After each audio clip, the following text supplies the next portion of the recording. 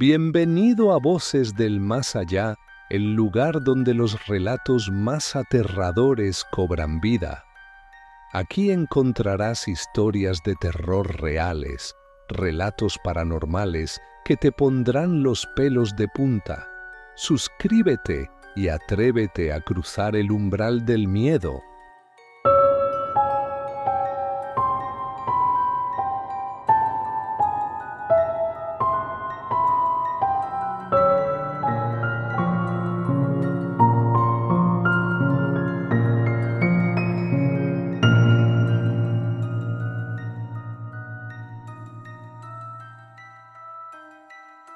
La maldición de la familia Perrón, el verdadero caso de El Conjuro. En 1971, la familia Perrón se mudó a una granja colonial en Harrisville, Rhode Island. Era una casa de ensueño, un refugio ideal para Roger y Carolyn Perrón y sus 5 hijas, Andrea, Nancy, Christine, Cindy y April. Pero esa casa, construida en 1736, albergaba oscuros secretos que convertirían sus vidas en una pesadilla. Desde el primer día, los Perrón notaron que algo no estaba bien. Mientras descargaban sus pertenencias, el perro de la familia, Sadie, se negaba a entrar en la casa. Se quedaba en el jardín, gruñendo hacia la puerta principal. Aquella noche, los ruidos comenzaron. Golpes en las paredes, pasos en los pasillos y el crujir de puertas que se abrían solas. La hija mayor, Andrea, recordaría más tarde que su madre les dijo una inquietante advertencia. No apagues la luz por la noche, nunca camines por la casa a oscuras. Con el tiempo, los Perrón comenzaron a notar patrones en los fenómenos. No todos los espíritus parecían hostiles. Había uno al que las niñas llamaban Manny, que solía aparecer en las esquinas de las habitaciones, observándolas con una sonrisa amable. Manny, según creían, era el espíritu de un hombre que vivió en la casa y murió trágicamente. Sin embargo, no todos los encuentros eran tan pacíficos. Las puertas se cerraban de golpe, los objetos volaban por los aires, y a menudo las niñas sentían que alguien las tocaba o tiraba de sus sábanas mientras dormían. El espíritu más aterrador de la casa, según los Perrón, era el de una mujer llamada Bathsheba Sherman, quien supuestamente vivió en la propiedad en el siglo XIX. Según las leyendas locales, Bathsheba practicaba brujería y fue acusada de sacrificar a un bebé en un ritual satánico. Aunque nunca fue condenada oficialmente, los rumores la siguieron hasta su muerte. Carolyn Perrón parecía ser el principal objetivo de Bathsheba. A menudo sentía un frío insoportable en ciertas partes de la casa y despertaba con moretones inexplicables en su cuerpo. En una ocasión, mientras descansaba en el sofá, sintió que una aguja ardiente perforaba su pierna. Fue entonces cuando comenzó a investigar la historia de la casa y descubrió la conexión con Bathsheba. A medida que pasaban los meses, los fenómenos empeoraron. Una noche, mientras las niñas dormían, las camas comenzaron a sacudirse violentamente. Cindy, una de las hijas, a menudo escuchaba voces que decían: «Hay 7 soldados muertos enterrados en las paredes». La situación se volvió tan insoportable que la familia decidió contactar a los famosos investigadores paranormales Ed y Lorraine Warren. Los Warren, reconocidos por sus casos sobrenaturales, acudieron a la granja en 1973. Lorraine, una médium clarividente, declaró que la casa estaba infestada por múltiples espíritus, pero Bathsheba era la presencia dominante. Según su investigación, Bathsheba veía a Carolyn como una amenaza, creyendo que quería tomar su lugar como la matriarca de la casa. Lorraine afirmó que Bathsheba intentaba poseer a Carolyn para destruir a la familia. Ed y Lorraine organizaron una serie de rituales y sesiones para intentar liberar a la casa de las entidades malignas. Durante una de las sesiones, Carolyn fue poseída brevemente. Andrea, la hija mayor, describió la escena. Mi madre hablaba con una voz que no era la suya. Su cuerpo se contorsionaba de formas imposibles. Aunque los Warren intentaron ayudar, los rituales parecían empeorar la actividad. Finalmente, Roger Perron les pidió que se marcharan, temiendo por la seguridad de su esposa e hijas. A pesar de todo, los Perron no abandonaron la casa de inmediato. Por razones económicas, se quedaron en la granja durante casi una década más, soportando el acoso de los espíritus. Las hijas aprendieron a convivir con las presencias, pero la tensión y el miedo siempre estaban presentes. En 1980, la familia finalmente logró mudarse. Andrea Perron, años después, escribiría un libro titulado House of Darkness, House of Light, narrando los eventos traumáticos que vivieron en la granja. La granja todavía existe y ha cambiado de propietarios varias veces. Muchas de las familias que vivieron allí después también reportaron fenómenos paranormales, aunque ninguna enfrentó una experiencia tan intensa como los Perron. En 2013, la historia fue llevada al cine con la película El Conjuro, que se basó en los archivos de los Warren y los relatos de la familia. Aunque la película dramatizó varios aspectos, los Perron insisten en que los eventos reales fueron aún más aterradores.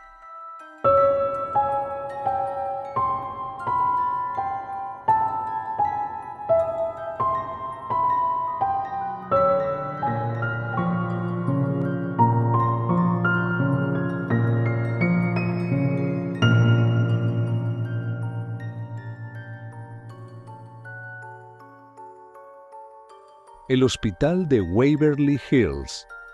En lo alto de una colina en Louisville, Kentucky, se eleva una estructura imponente y sombría, el Sanatorio de Waverly Hills. Construido en 1910, este hospital fue diseñado para tratar a pacientes con tuberculosis durante una de las epidemias más mortales en la historia de los Estados Unidos.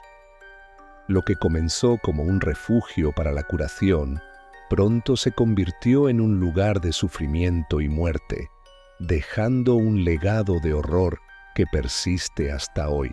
A principios del siglo XX, la tuberculosis, conocida como la peste blanca, estaba arrasando con miles de vidas en Estados Unidos. El clima fresco y las terapias experimentales de aire limpio eran las únicas opciones disponibles para tratar la enfermedad en ese entonces. Waverly Hills fue construido para atender a los pacientes en aislamiento, con capacidad para albergar a más de 400 personas. Sin embargo, a medida que la enfermedad se propagaba, el hospital se llenó de enfermos terminales. Se estima que más de 63,000 personas murieron en sus instalaciones durante su funcionamiento. Aunque algunas de las muertes fueron naturales, los rumores de procedimientos experimentales y maltratos a los pacientes comenzaron a surgir, aumentando la notoriedad del lugar. Entre los tratamientos más espeluznantes estaban las toracoplastias, un procedimiento en el que se extirpaban costillas para permitir que los pulmones se dilataran y los exponían al sol en pleno invierno, donde los pacientes eran dejados al aire libre con temperaturas heladas. Muchas no sobrevivían a estos tratamientos extremos. Una de las características más infames de Waverly Hills es su túnel de la muerte, un pasillo subterráneo inclinado que conectaba el hospital con una vía de servicio al pie de la colina. Originalmente, fue construido para transportar suministros, pero pronto se convirtió en un conducto para retirar los cuerpos de los pacientes fallecidos. Los administradores del hospital temían que los demás enfermos perdieran la esperanza al ver la cantidad de cadáveres que salían cada día, por lo que utilizaban el túnel para transportar discretamente a los muertos. Las enfermeras empujaban los cuerpos en carretillas o los deslizaban por un riel hasta el final del pasaje, donde un camión los recogía para llevarlos al crematorio. Hoy en día, muchos visitantes aseguran que el túnel sigue siendo el hogar de las almas atormentadas de aquellos que murieron en el hospital. Se escuchan pasos, gemidos y voces en la oscuridad, y algunos afirman haber visto sombras moviéndose a lo largo del túnel. Waverly Hills cerró sus puertas como sanatorio en 1961, cuando los antibióticos y nuevos tratamientos hicieron que la tuberculosis dejara de ser una amenaza. Más tarde, el edificio se convirtió en un asilo para enfermos mentales, pero las condiciones eran pésimas y el lugar fue clausurado definitivamente en 1982. Desde entonces, el hospital ha estado abandonado, atrayendo a curiosos, cazadores de fantasmas y exploradores urbanos. Los propietarios actuales han convertido el lugar en una atracción turística, ofreciendo recorridos y experiencias paranormales. Sin embargo, quienes han visitado el sanatorio dicen que la energía del lugar es innegablemente oscura. Waverly Hills es considerado uno de los lugares más embrujados del mundo, y hay innumerables relatos de actividad paranormal dentro de sus muros. Algunos de los fenómenos más comunes incluyen sombras y figuras fantasmales. Los visitantes a menudo ven sombras oscuras moverse rápidamente por los pasillos. Una de las figuras más reportadas es la de un hombre alto con un sombrero. La niña del tercer piso. En el tercer piso, muchas personas han visto a una niña pequeña jugando con una pelota. Aunque algunos intentan interactuar con ella, la figura desaparece en cuanto te acercas. Portazos y susurros.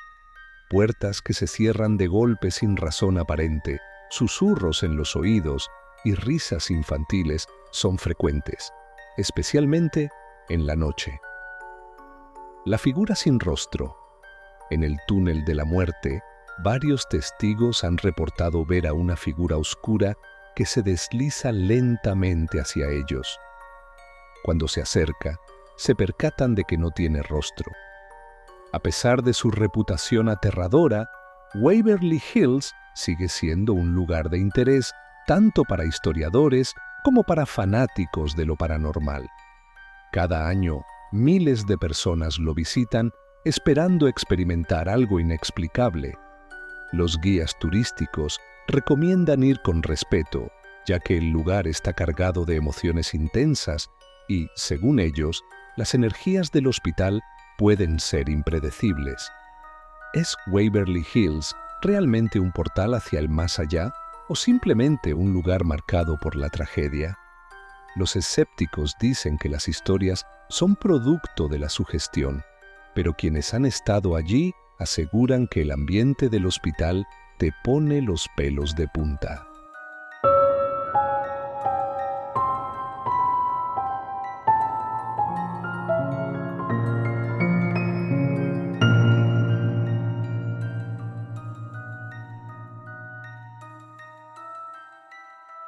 No olvides suscribirte al canal para que no te pierdas ningún relato escalofriante. Activa la campanita para recibir notificaciones cada vez que suba un nuevo video.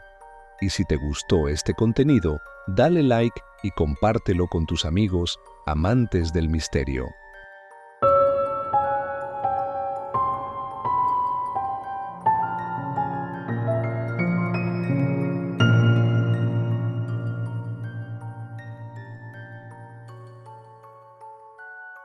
La habitación sellada. En un rincón olvidado del pueblo de San Cristóbal había una antigua casona que todos evitaban. Sus muros de piedra estaban cubiertos de musgo y las ventanas, selladas con tablas, parecían ojos cerrados que escondían secretos oscuros. Los vecinos decían que, dentro de esa casa, había una habitación sellada desde hacía décadas.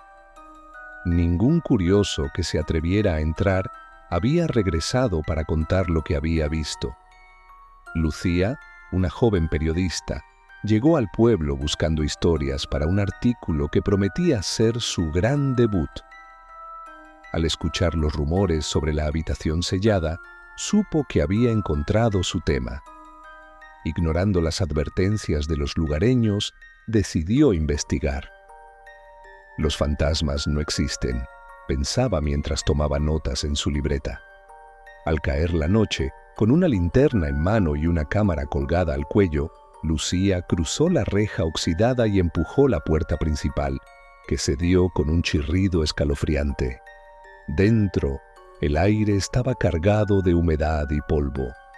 Cada paso resonaba como un eco lejano, como si la casa misma estuviera respirando. En el centro del salón principal encontró una escalera que conducía al piso superior. Según sus notas, la habitación sellada estaba al final del pasillo. Subió, con los nervios tensos y el corazón latiendo con fuerza. Al llegar, vio la puerta. Un portón de madera gruesa con clavos oxidados que parecían morder el marco. Había cadenas que la mantenían cerrada, y en el suelo yacía un martillo abandonado, como si alguien hubiera intentado abrirla sin éxito. Lucía se agachó y tocó las cadenas. Eran frías como el hielo. Sin embargo, no había marcha atrás. Usó el martillo para golpear los eslabones y tras varios intentos logró romperlos. Al retirar la madera que bloqueaba la entrada, la puerta se abrió lentamente, revelando un interior sumido en penumbras. Al iluminar con su linterna, vio que la habitación estaba vacía, salvo por un espejo enorme en el centro. El marco, decorado con grabados intrincados de rostros gritando, parecía observarla. Intrigada, se acercó. Al principio, el reflejo mostraba solo su figura, pero pronto notó algo extraño. El cuarto en el espejo no era igual al que tenía frente a sus ojos. En el reflejo, la habitación estaba llena de sombras que se movían, figuras humanas que parecían atrapadas, golpeando el cristal desde el otro lado. Lucía retrocedió, pero una fuerza invisible la empujó hacia el espejo. Sintiendo un frío que la paralizaba, vio cómo su reflejo sonreía con una mueca distorsionada y grotesca. «No deberías estar aquí», susurró una voz que no era la suya. El reflejo alzó la mano, y al hacerlo, un brazo invisible la sujetó del cuello. La linterna cayó al suelo y se apagó. En la oscuridad, Lucía sintió cómo era arrastrada hacia el cristal. A la mañana siguiente, la casona estaba silenciosa como siempre. Un grupo de vecinos, alarmados por la desaparición de Lucía, se atrevió a entrar. Encontraron su cámara abandonada frente al espejo, pero ella no estaba en ningún lado. Al revisar las fotos, vieron algo que les heló la sangre. La última imagen mostraba a Lucía frente al espejo, pero no estaba sola. Una decena de sombras con rostros desencajados la rodeaban y su reflejo ya no era el suyo. Era una versión oscura, con ojos hundidos y una sonrisa macabra. La casona fue sellada nuevamente, pero los rumores crecieron. Algunos dicen que si miras el espejo por demasiado tiempo, puedes ver a Lucía. Otros aseguran que en noches sin luna puedes escuchar su voz, pidiendo ayuda desde el otro lado. El espejo sigue allí, esperando a su próxima víctima.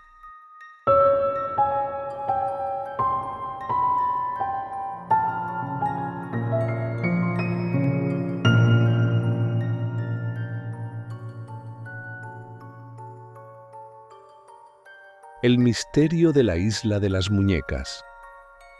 A las afueras de Ciudad de México, en los canales de Xochimilco, existe un lugar que ha aterrorizado a quienes se atreven a visitarlo: la isla de las muñecas. Este pequeño islote está cubierto de muñecas desgastadas y mutiladas, colgadas de árboles, postes y paredes.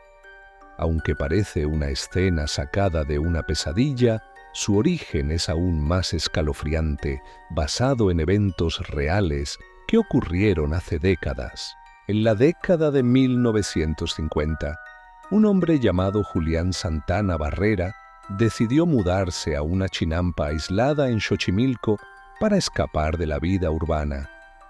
Julián era un hombre sencillo, amante de la naturaleza y de la tranquilidad que ofrecía el canal. Sin embargo, su vida dio un giro drástico poco después de instalarse. Según Julián, un día encontró el cadáver de una niña flotando en el agua, atrapado entre las raíces de las plantas del canal. La escena lo dejó perturbado, pero lo que ocurrió después fue aún más extraño. Poco después del hallazgo, una muñeca apareció flotando en el mismo lugar. Julián asumió que pertenecía a la niña y, como un gesto de respeto, la colgó en un árbol para honrar su memoria. Tras colgar la muñeca, Julián comenzó a experimentar fenómenos extraños en la isla. Por las noches, escuchaba susurros, pasos y risas infantiles provenientes del agua y los alrededores de su cabaña. Las puertas se abrían y cerraban solas, y a menudo sentía que alguien lo observaba desde los árboles. Convencido de que el espíritu de la niña lo estaba acechando, Julián decidió colgar más muñecas alrededor de la isla como una forma de apaciguar al fantasma. Recolectaba muñecas de los canales, la basura y mercados locales. Algunas estaban rotas, sin ojos o sin extremidades, pero para Julián cualquier muñeca podía servir como una ofrenda. A medida que pasaba el tiempo, la isla se llenaba de muñecas y los rumores sobre el lugar comenzaron a extenderse.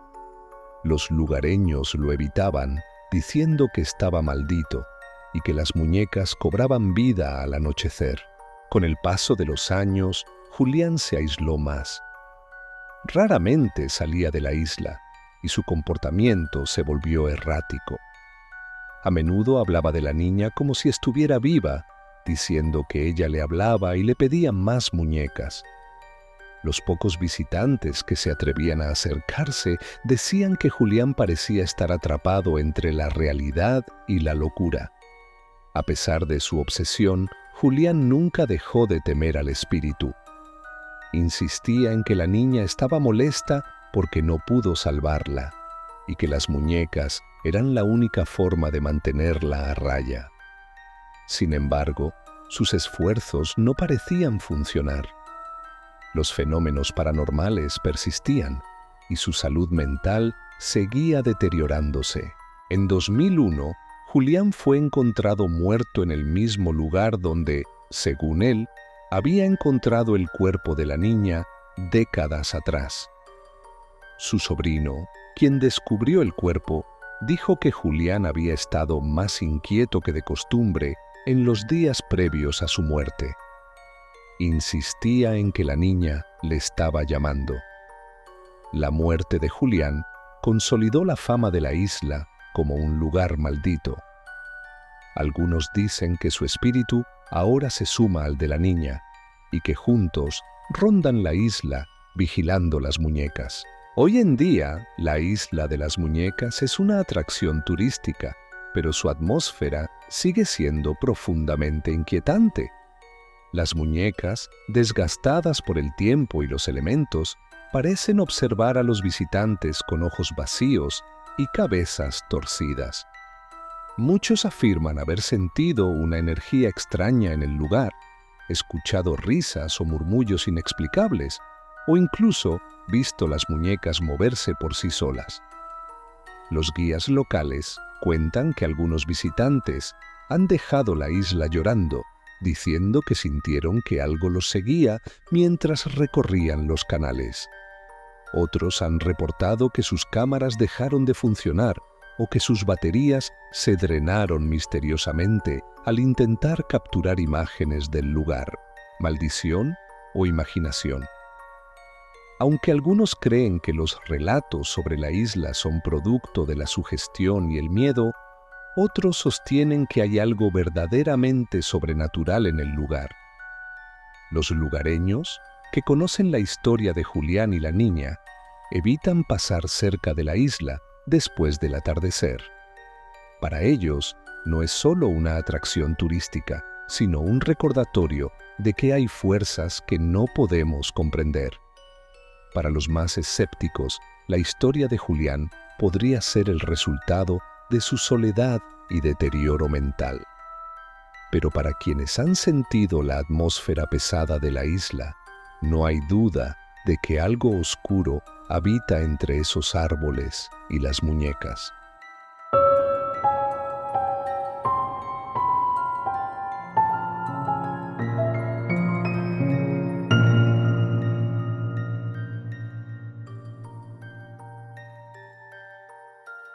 Y así concluye nuestros relatos paranormales.